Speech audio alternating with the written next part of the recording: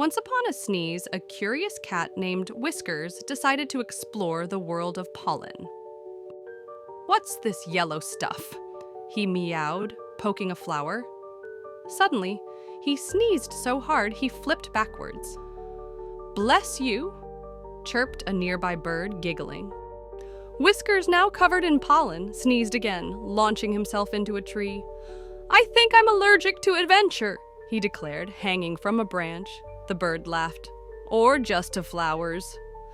Whiskers vowed to stick to indoor naps, realizing some mysteries are best left unsolved. Like, comment, and subscribe for more stories like this.